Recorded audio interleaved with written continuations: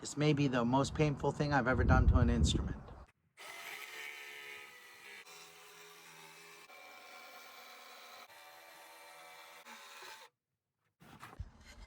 There it is.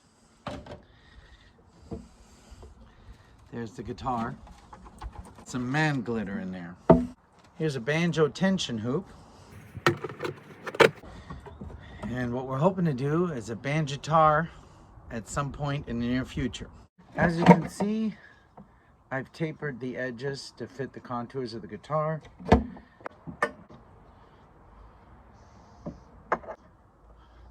And we're gonna drill.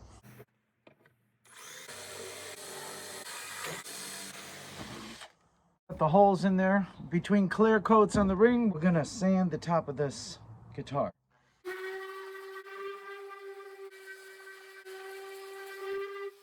Using anything fancy, it's good for metal. And I'm gonna clear coat this ring.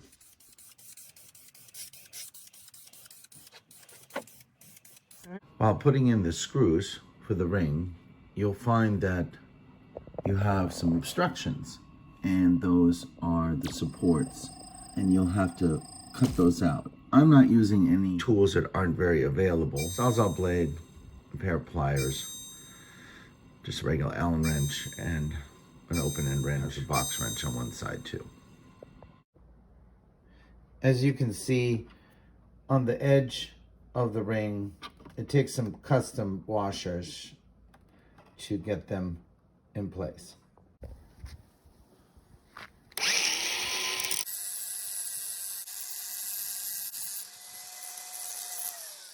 I'm just using a vice grips and a handheld grinder.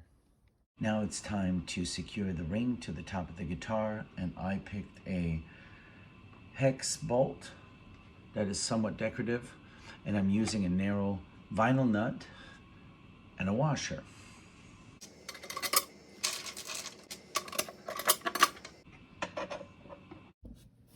Once you're done with that, all you got to do is get all of these tightened down and set your ring. I installed the ring backwards, so this is where the neck used to be from the old banjo, and I put a taper on it, and then I actually cut up the saddle from the guitar, and I made a decorative piece to insert right there.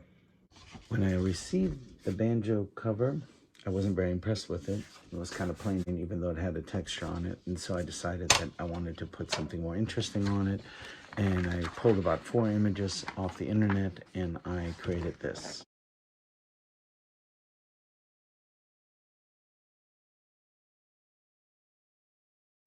Now, I'm not an artist, and it would be very hard for me to actually paint that or sketch it onto this drum head, so I basically made a print that I can look at, and I put a copy of it on the back, and I cut it in, and I mounted a light under my glass table, which you can see here in a minute. With the light under the glass table, you can see a pretty good outline of the image. Just using regular Sharpies for the outlines.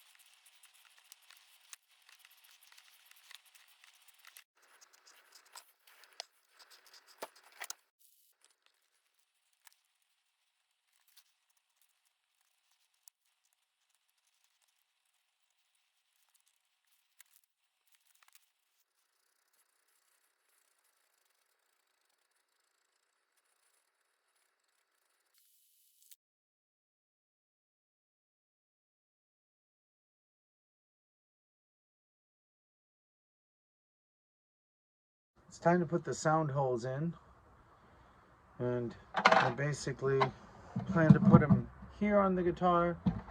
I marked them out, and I'm going to drill them with a hole saw.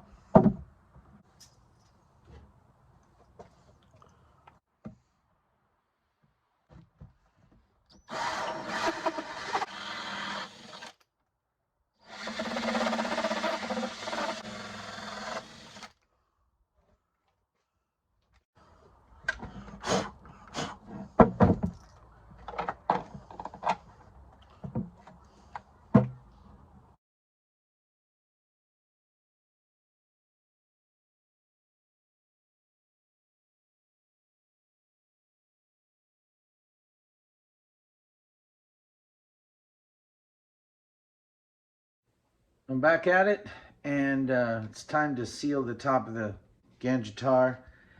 And at this point, I had to tape off the entire thing. I'm only refinishing the top because it's got all the work on it, and the rest of the body was actually in good shape.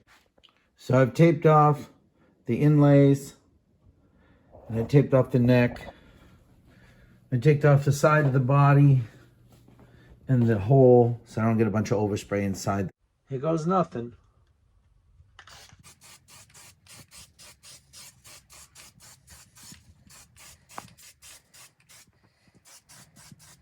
As I discovered, now that I came back, because I sealed the drum head with the artwork on it, I have a little bit of bleeding in the darker areas,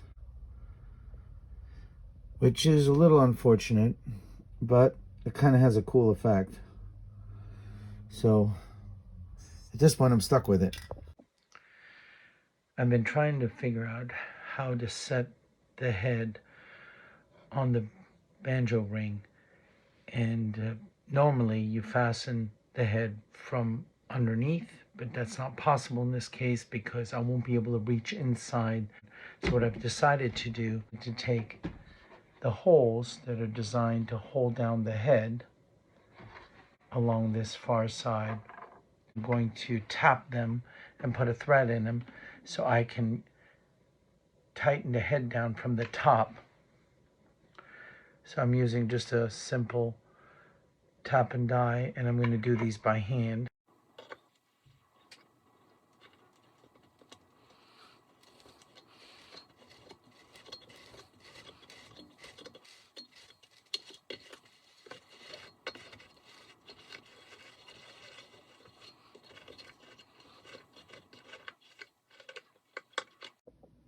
As you can see, these holes are now all tapped and have a thread in them. Using stainless steel Allen head screws with a washer so I could catch the edge of the tension ring, and I tightened down the drum head. I had to adjust the saddle so the action was right, and after that I was ready to play.